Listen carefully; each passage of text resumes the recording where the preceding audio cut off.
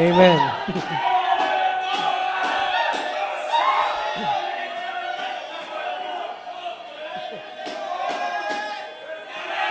Amen. Sana hanggang mamayang klase, ganyan kayo. Baka mamaya tulog na kayo, ha? Amen. Sige po, tayo muna ito may lahat at tayo po'y magbasa ng Bible. Amen. Exodus chapter 20. Basa natin yung verse 1 hanggang verse 3. Amen. Salamat po sa awitin kanina. Amen. God can do anything. Amen. Exodus chapter 20, verse 1 hanggang verse 3. Nahirapan pa ibang Bible student paghanap? Take your time. Amen. So, sabay-sabay nating basahin. Tatlong verse lang po yan. Verse 1, 2, and 3. Okay, verse 1, ready now, read. And God spake all these words, saying, I am the Lord thy God, which have brought thee out of the land of Egypt, out of the house of bondage. Thou shalt have no other gods before me. Sabi ng Bible, thou shalt have no other gods before me. Amen? Tayo po muna pumikit yung muko, tayo po yung manalangin. Dakila namin Diyos sa langit, salamat ngayong gabing ito. Salamat Panginoon sa patuloy na binibigay niyo po sa aming pagkapala na kami po ay makapag-aral ng inyong salita. Hiling po namin na kayo po ang siya mangusap sa amin, pagpalaan niyo po ang mensahe, at hiling po namin na sa aming pakikinig ay patuloy kaming matuto at maging tulong para po sa ikalalago po ng aming pananampalataya. Biyaan niyo po ang bawat isa at kayo po ang magpala, Panginoon, sa inyong likod na gamitin. Help me, O Lord, na makapangaral niyo salita. Bagyan niyo po ako ng kalakasan, ng wisdom, at maging kapangyarihan po, Panginoon. Patawad din po sa aming kasalanan. Ito pong lahat ay aming dalangin sa pangalan ni Jesus. Amen. Sige po, maaari na po kayong maupo. Amen. Amen. So, sa ating binasa, mula po sa salita ng Diyos, ay alam natin na dito sa may Exodus, chapter 20, dito ay binigay ng Panginoon ang kanyang mga kautusan sa pamamagitan ni Moses. Ano po? Ito po yung ating binasa kanina, sabi ng Bible, I am the Lord thy God, which have brought thee out of the land of Egypt, out of the house of bondage. Thou shalt have no other gods before me. Naalala ko, kapag every time na merong isang okasyon, at meron silang isang taong sikat o sabihin natin isang tao na merong unique na talent, every time na kanilang i-introduce ang ganitong klaseng tao, ang lagi nilang sinasabi is the one and only. No? Our one and only. Alam ho? At itong katagang ito, amen, ay mahalaga na bilang isang Kristiyano, dapat ito rin yung ating binabanggit patungkol sa ating Diyos, amen, na ating sinasamba at pinaglilingkuran. Amen? Dahil ang ating Diyos, amen, siya lamang ay nag-iisa at wala na pong iba. Amen? Our one and only God. Amen? Sa ating binasa, amen, itong 10 commandments of God ay binigay ng Panginoon, amen, kung ano ba yung nais ng Diyos na dapat na ating gawin. Sabi ng verse 3, Thou shalt have no other gods before me. Sabi ng Biblia, Thou shalt have no other gods before me. Na ang ibig sabihin lamang ng ating Panginoon ay ayaw po niya na meron tayong ibang Diyos maliban po sa Kanya. Amen? Wala tayong ibang Diyos maliban po sa Kanya. Siya dapat ang pinakauna sa ating buhay at wala na pong iba. Ano po? At ayaw po niya na meron tayong ayaw po niya na payagan na meron mang sino man na meron pang papalit, amen, sa ating puso maliban sa Kanya. Tatandaan niyo po, amen, nag-iisa lamang po ang Diyos. Hindi po siya isa sa mga Diyos. Ano po? Siya po ay nag-iisa lang. Kaya nga, deserve ng ating Panginoon na kung meron man tayong sasambahin at pupurihin ay dapat wala na pong iba. Amen? Siya lamang po yung ating one and only God. Amen? Kaya kung meron man tayo mga bagay na ibibigay sa Kanya, amen, dapat ay buong buo. Dapat ay walang bawas. Dinedemand ng ating Panginoon na siya lamang ang tanging Diyos na dapat na meron tayo sa atin pong mga buhay. Amen? Kaya ngayong gabing ito, yan po ang nais ko pong ibahagi sa bawat isa. Amen? The one and only God. Amen? The one and only God. Ano po, number one, tingnan natin is the reality of God. Amen. The reality of God. Sabi ng Exodus chapter 20, dyan sa verse 1, ano po, inumpisahan po yan ang salita ng Diyos. Sabi dyan ay, ano po, and God. Amen? And God. Itong dalawang salita na ito ay nagpapakita ng katotohanan patungkol po sa ating Diyos. Dinedeclare ng ating Panginoon, amen, na talagang merong Diyos. Amen? Na tunay na merong Diyos, amen, at siya lamang ang tanging Diyos na nag-i-exist sa mundong ito. Amen? The fact of God's existence. Amen? Alam naman natin na nakakalungkot sa panahon natin ngayon na may mga tao na sila po'y naniniwala na walang Diyos. Amen? At sila po ay nakasulat din sa Biblia. Amen? Ito po nga isang verse na familiar po sa atin. Amen? Sa may book of Psalms, chapter 14, verse 1. Psalms chapter 14, verse 1. And sabi ng Bible diyan, the fool had said in his heart, there is no God. They are corrupt, they have done abominable works, there is none that doeth good. Sabi ng Bible, the fool had said in his heart. Amen. Alam mo ba yung word na fool? Amen. Or sa Tagalog ay mangmang. Ano po? Pag yan po titingnan nyo ang ibig sabihin, ay meron pong dalawang word na nagbabanggit patungkol po sa word na fool. Amen? Unang-una ay yung word na stupid. Amen? And then yung word na wicked. Pag sinabi natin stupid, it means hangal. No? Bagamat masakit pakinggan. Amen? Ang pinakamatindi pa niyan, ay sa salitang kalye, ay yung word na, sorry to say, tangia.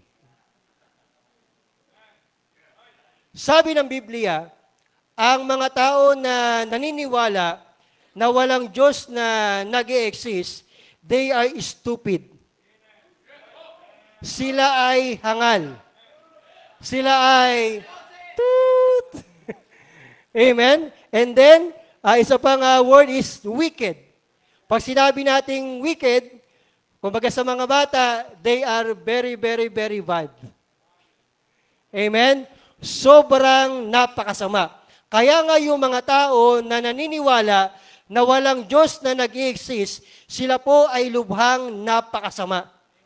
Hindi lang sila hangal, kundi sila po ay sobrang napakasama.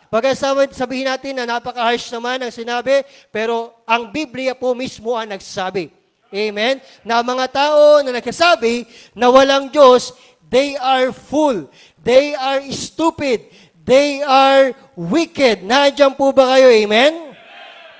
Kaya nga ang isang tao, amen, ay naniniwala ako. Amen? Na kapag sila po ay nagsabi na sila po ay walang Diyos, hindi sila naniniwala sila na walang Diyos, they are full. Dahil yun po ang sinabi ng Biblia. Amen? Alam naman natin, no po, na kapag sinabi mo na walang Diyos, ibig sabihin ay tinatanggi mo na rin yung tatawag na fundamental truth. Pag sinabing fundamental truth, it is the first truth. Ano pong ibig sabihin yan? Amen? Ang bawat tao na ipinanak sa mundo, ay automatic, maghahanap po yan ng isang nilalang na mas kataas-taasan kaysa sa kanila.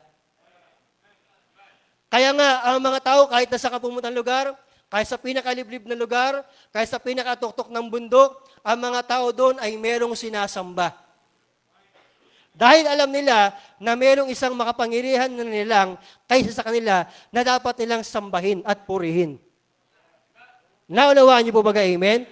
At yung mga to nagsabi na walang Diyos, ibig sabihin, amen, ay dinedeny nila itong first truth na ito, amen, na dapat ay merong isang mas mataas, at mas mahigit pa na nilang na kailangan ay sundin, amen. Kaya nga, meron tayo sa panahon natin ng mga atheists. Amen? Mga taong naniniwala na walang Diyos. Para sa kanila ay walang Diyos. At tatandaan niyo po, amen, ang mga tao na naniniwala na walang Diyos, ito ay problemang puso. Hindi problemang isipan o utak. Kasi nasabi ng Bible, the fool had said in his, hindi sinabing head,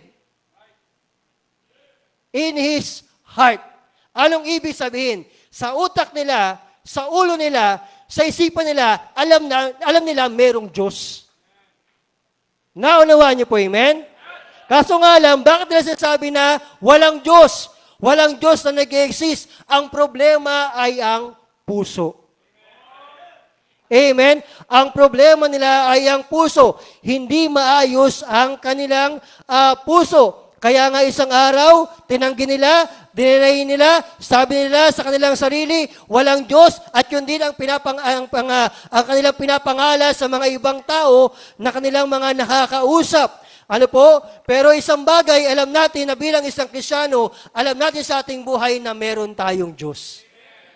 And that is the reality. Amen? Dumating lang sa punto ng mga sa buhay ng mga taong na ito, amen, na isang araw ay nagkaroon sila ng desisyon na tinanggap nila na walang Diyos. Pero dati naniniwala sila na mayroong Diyos. Nandiyan po ba kayo? Amen? Kaya ano sinasabi ng mga taong hindi naniniwala sa Diyos? Diba? Patunayan nyo nga na mayroong Diyos. Actually, kung papatunayan natin ng merong Diyos, ang daling patunayan. Amen? Tingin ka lang sa paligid, sabi ng Biblia, di ba? Amen? Tingnan mo lang ang sarili mo sa salamin. Amen? Praise the Lord na merong Diyos na lumalang sa iyo. Amen? Ang magandang patunayan nila na walang Diyos. Amen? Doon sila mahihirapan na patunayan. Dahil kahit kang katumingin, ay makikita natin na mayroong ebidensya na mayroong nilalang na lumalang ng lahat ng bagay sa ating paligid. Amen? Hindi lang ito basta lumilitaw. Amen? Hindi lang yan, no? God's existence and God's exclusiveness. When we say exclusiveness, ibig sabihin ito, amen, ito ay available lamang sa isang tao o sa isang grupo. Kaya nga exclusive. Hindi pwedeng ibahagi sa iba. No? Hindi siya pwedeng ibigay sa iba. Ano po? At dito sa ating binasa, amen, sabi ng Biblia dyan, amen, sabi ng Bible sa ating text, amen, thou shall have no other gods before me. Sabi ng Bible is gods. Kung merong atheism, meron din namang polytheism. Ibig sabihin, amen, paniniwala na maraming Diyos. Amen? Paniniwala na maraming Diyos. Kung ating babasahin ang Book of Deuteronomy, they are preparing, amen, para pumasok sa Promised Land. Isang bagay, niremind sila ni Moses patungkol sa 10 utos ng atin pong Panginoon. Dahil alam nila na pagpasok nila doon, ay marami silang mga kasalumuhan ng mga tao na may mga paniniwala sa iba't ibang klase ng Diyos. Nakalawaan niyo po ba? Amen? At maaring sila po ay ma-impluwensyahan. Tingnan natin sa kung paano binanggit ni Moses, Deuteronomy chapter 6 verse 4.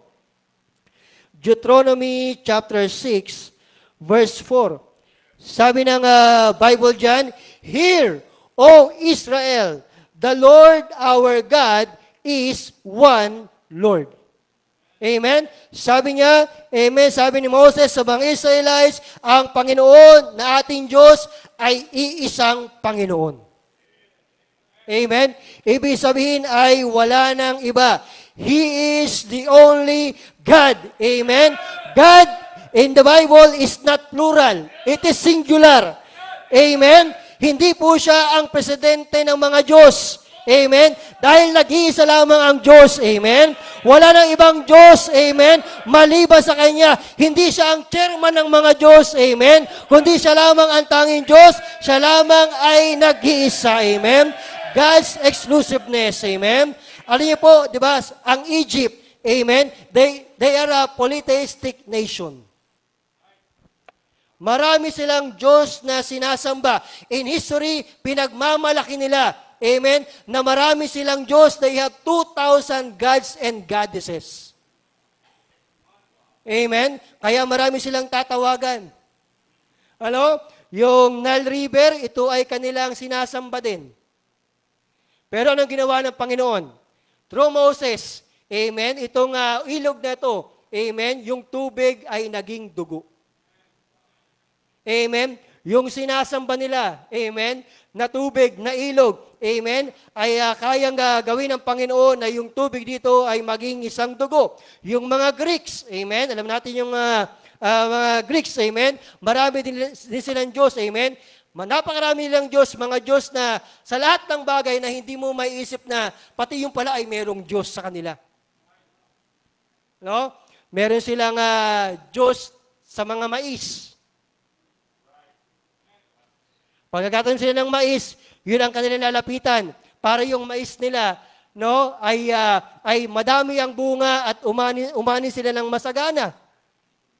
No, meron silang Diyos doon sa mga grains o mga bigas o mga trigo.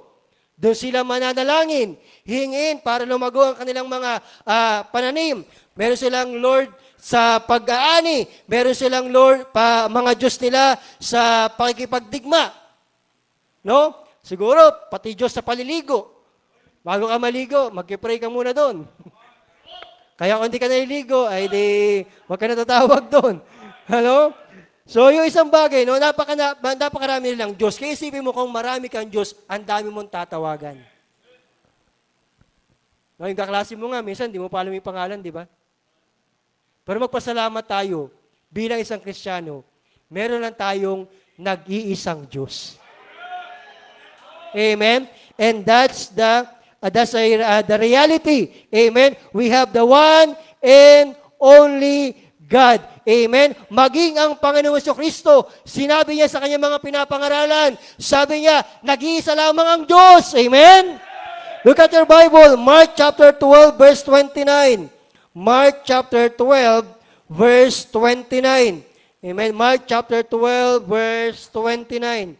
Ang sabi ng Bible dyan sa Mark chapter 12, verse 29, and Jesus answered him, the first of all the commandments is, hear, O Israel, the Lord our God is one Lord. Amen? Kung ano yung binanggit ni Moses sa book of Deuteronomy, yun din ang binanggit ng Panginoong Hesukristo sa book of Mark. Amen? Kaya ibig sabihin niya, nagpapatunay, amen, na meron lang tayo nag-iisang Diyos. Amen? Nag-iisang Diyos sa ating sinasamba at pinaglilingkuran. Amen? Kaya ngayon tinatawag natin sa ating pinag-aaralan, amen, sa King James Bible, internal evidence. Diba? Binanggit sa Old Testament, binanggit din sa New Testament. Ano? Kaya patunay, amen, reality of God, there is one and only God. Amen? Kaya nga ikaw, baka nagdududa ka pa. Amen? Baka iniisip mo ay marami ka pang Diyos. Amen? Sa Batangas ay meron kaming bagong baptized last week. Alam nyo ba, sila po'y umattend 1 year na. Ayaw pang magpabaptize. Pero yung tatay, yung lalaki, ay talagang, sabi niya, Pastor, ready na ako magpabaptize. Schedule na lang. Bahala na sila. Pero pinipigil pa siya ng asawa niya. At every time na Bible study kami, ang lagi niya sinasabi, yung kanila naman mga santo ay hindi nila sinasamba. Yun daw ay larawan lang. No? Kaya hindi naman daw masama yun. Pero ano sabi ng Biblia? Ni wag kang gagawa. Kahit na hindi mo sambahin, hindi mo yukuran, hindi mo tirikan ng kandila, pero yung gumawa ka lamang, amen, ng isang Diyos-Diyosan o wangis ng anumang bagay sa mundong ito, yan ay kasalanan na sa Panginoon. Amen? And praise the Lord, amen? Nung last week, sila po yung nagpabaptize na. Ano? Isa na sa problema nila dahil yung anak nila ay ang birthday ay piyesta. Sabi niya, pwede ba pagkatapos na ng birthday ko? Dahil gusto raw niyang marami siyang handa tuwing birthday niya at maraming bisita. Sabi ko, pwede ka naman maghanda kasi birthday mo yun. Wala tayong pakialam sa piyesta. Imbitahan mo kami sa birthday mo, pupunta kami. Ano? Pero magdadala ako ng banner, happy birthday. Kasi didikit ko doon sa tapat ng bahay nila. Para nandun mo kami, baka sabihin si pastor nung bimiesta. Hindi, birthday to. Babatiin namin siya ng happy birthday, hindi happy fiesta. No? Hindi, ayun, nagpabaptize na po sila. Praise the Lord, amen? Kasi naunawaan nila, amen, ang katotohanan na ang Diyos ay nag-iisa lang. Amen? So, number 2 is the revealing of God. Number 2 is the revealing of God. When we say revealing, ito ay kapahayagan, no? O pagpapahayag, pagpapakilala, amen, ng atin pong Panginoon.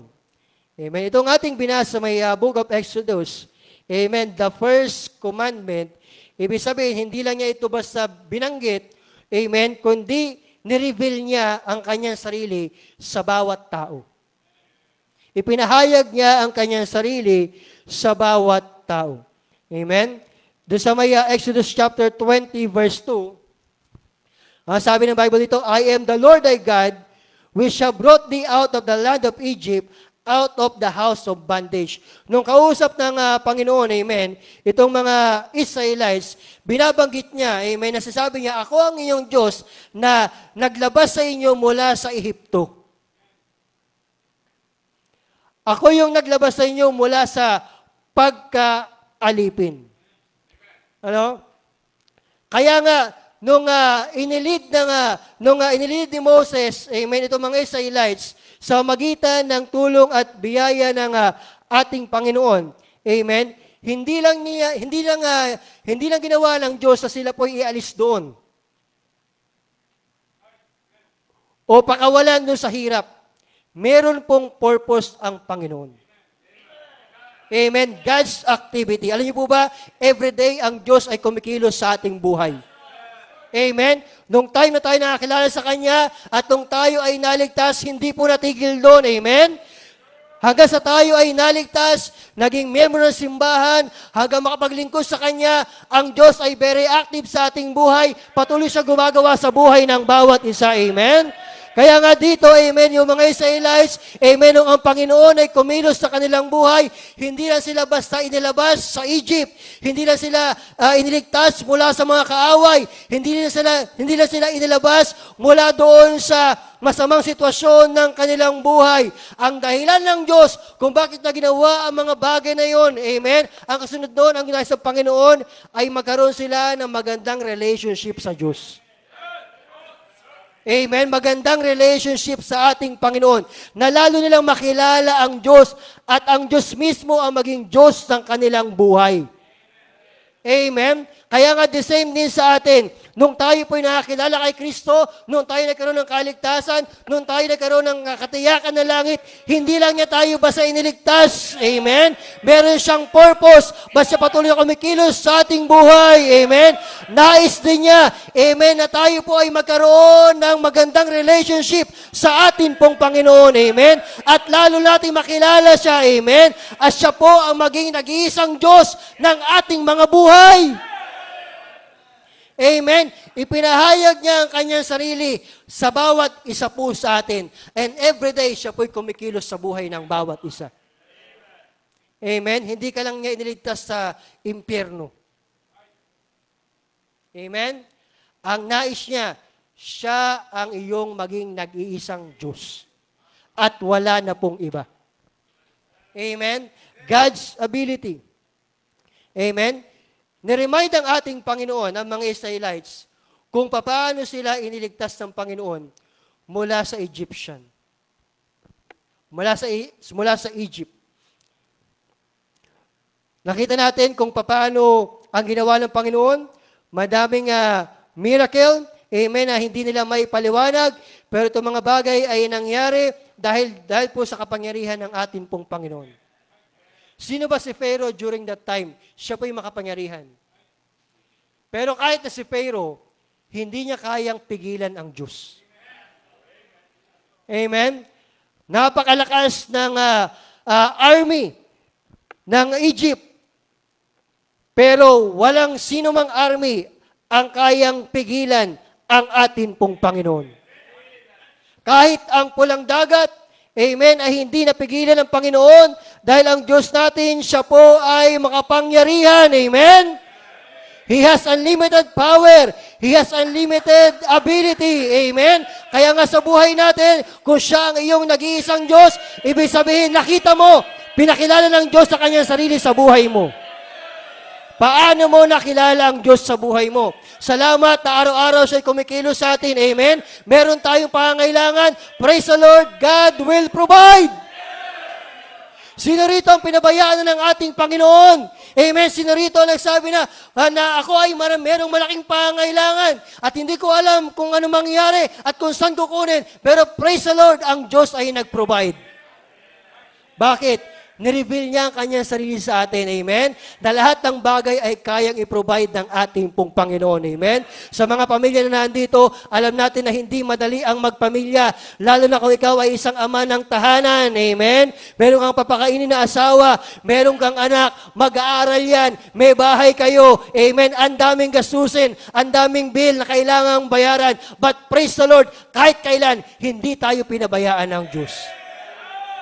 Amen?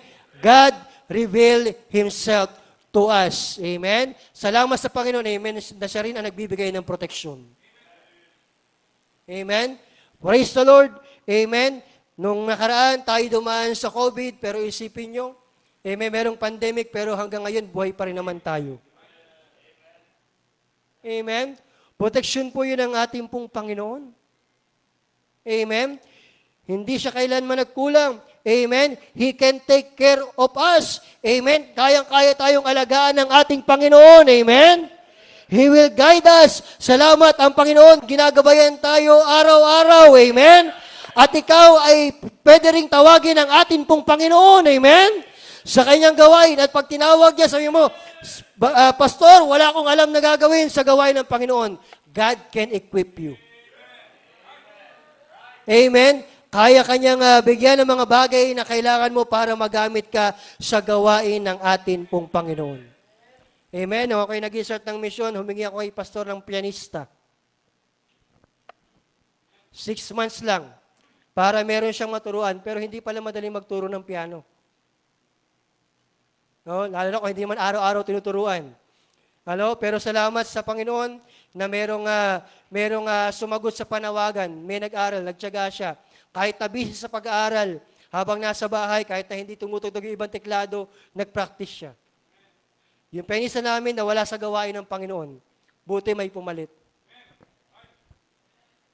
Kaya nagkapasama sa Panginoon, pero isang araw, ay siya nakapasa sa La Salvayon, Ateneo, ayun, lumipat na ng lugar. Sa Quezon City. Wala na naman yung pianista. Kaya every anniversary, iba-ibang pianista namin. Yung anniversary namin, hiniram ko yung kapatid ko, na bunso. Siya magtumugtog. Pero, ang tagal namin na walang pianist. Sabi ko, wala nang magagawa para hindi naalis ang pianista. Sabi ko, yung anak ko lang na lang paturuan ko. Bakasyon, pwede ako kay Pastor Boyet, tinuruan ni Ma'am Jobel. Nag-isay siya doon ng 2 days. Pag-uwi, nakakatugtog na. Tungtang, tungtang, tungtang, tungtang. And after week, pinabalik ko na naman doon for 5 days. Pagbalik, ayun, sa biyaya ng Diyos, ay nakatugtog na. Sabi ko, ewan ko lang pag umalis pa to. Ewan ko ba kung pag-iwanan ako nito. Kaya nga pagdating sa gawain ng Panginoon, minsan nakala mo ay wala kang magagawa sa gawain ng Panginoon, but God can equip you. Magugulat ka na lang, amen? Ganun pala nire-reveal ng Diyos ang kanyang sarili sa bawat buhay ng bawat isa. Amen? God can use you. God can reveal Himself, amen, by His purpose and by His power. Amen? And then number 3. is the rivals of God.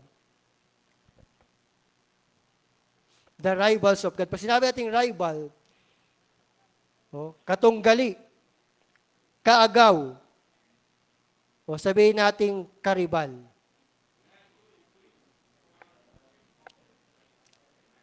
Kaya nga sabi ng Biblia, thou shall have no other gods before me. Ang ibig sabihin ng Diyos, amen, ayaw niya na meron siyang karibal sa iyo. Ang ibig sabihin ng Panginoon, amen, ayaw niya na merong katunggali sa iyo. Ang ibig sabihin ng Panginoon, amen, ayaw niya na meron siyang kaagaw sa iyo. Amen. Ang gusto niya, ikaw ay para lang sa Kanya. Amen. Hindi ayaw ng Diyos na meron siyang kakompetensya sa iyong devotion. Amen. Ayaw niya ng rivalry. Amen. Bakit? He is the only one God sa buhay ng bawat isa. He should be the number one. Dapat wala lang number 2, wala lang number 3. Pag may number 2, number 3, electric pan yun. Amen? Kaya nga, no other gods before me. Dapat ay wala ng iba. Kaya ngayong gabing ito, amen, hindi ko alam, baka mamaya ang Diyos ay merong karibal sa'yo. Baka mamaya ang Diyos ay merong katunggali sa buhay mo. Baka ang Diyos ay meron ng kaagaw sa devotion mo. Amen? Ang nais ng Panginoon, amen, yang karibal na yan, yang katunggali na yan, yang kaagaw ng Diyos sa buhay mo, ay tanggalin mo na. Sabi nga, He is a jealous God.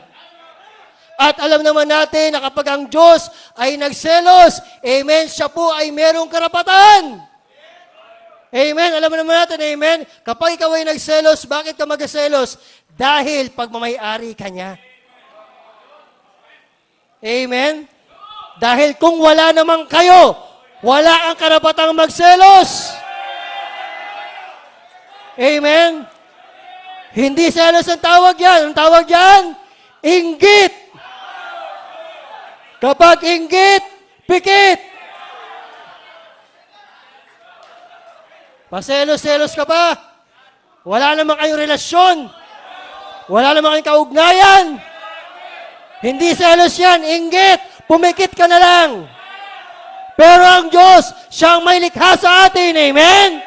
Siya nagmamayari sa atin, amen? Kaya pag ang Diyos ay nagselos, may karapatan lang siya sa iyo, amen? Siyang may karapatan. Ayaw niya may kaagaw. Ayaw niya may karibal. Ayaw niya may katunggali. Ano ba ang mga kaagaw ng Diyos sa iyo? Bakit minsan, amen, hindi ka nakakapanalangin sa Kanya?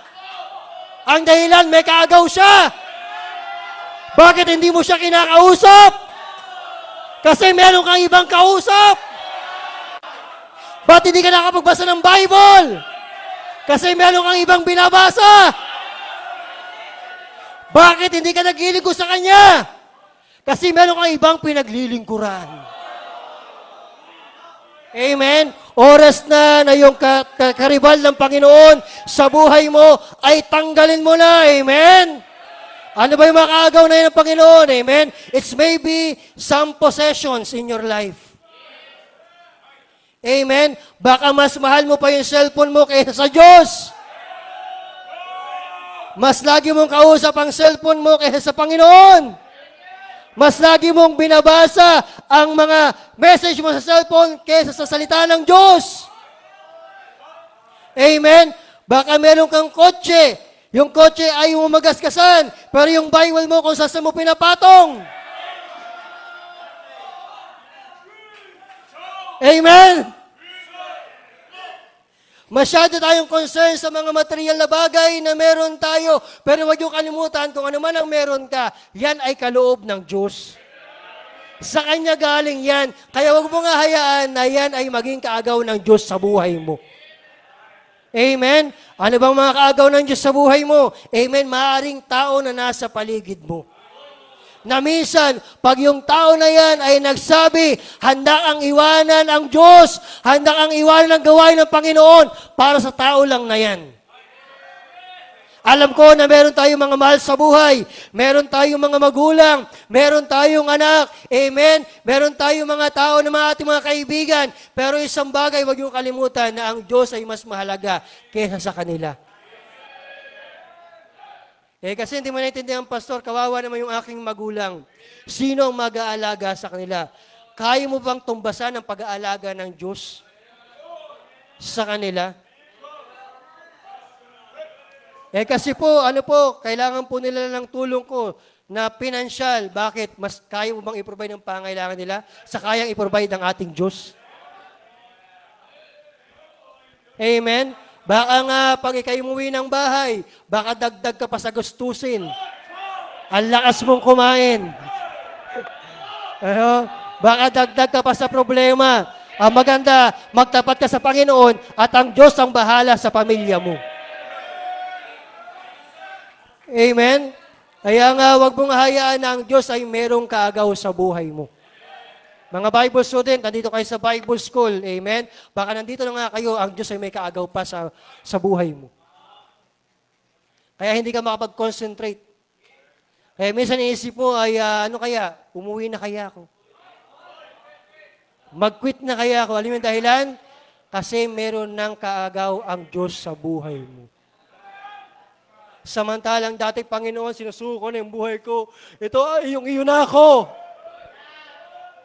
Buong buo, 100%. Pero bakit ngayon? Sabi mo, parang ayaw ko na. Bakit? Meron ng kaagaw. Nakita mo yung dati mong girlfriend, nakipag-break na. Amen? At babalikan mo na siya. Amen? Kaya nga ngayong gabing ito, siguraduhin mo na siya lang ang tangi at nag-iisang Diyos sa buhay mo. Kung lahat tayo, yan ang ating maiisip, naniniwala ko, amen, na wala ditong aalis sa gawain ng Panginoon. Lahat tayo ay magiging kagamit-gamit ng ating Panginoon. Mas mabilis na lalago ang gawain dahil nga iisa lamang ang tanging ating sinasamba at pinaglilingkuran. Walang iba, may ang tangi at nag-iisang Diyos sa buhay po natin. Amen. Tayo pong lahat ay tumayo at tayo po ay manalangin.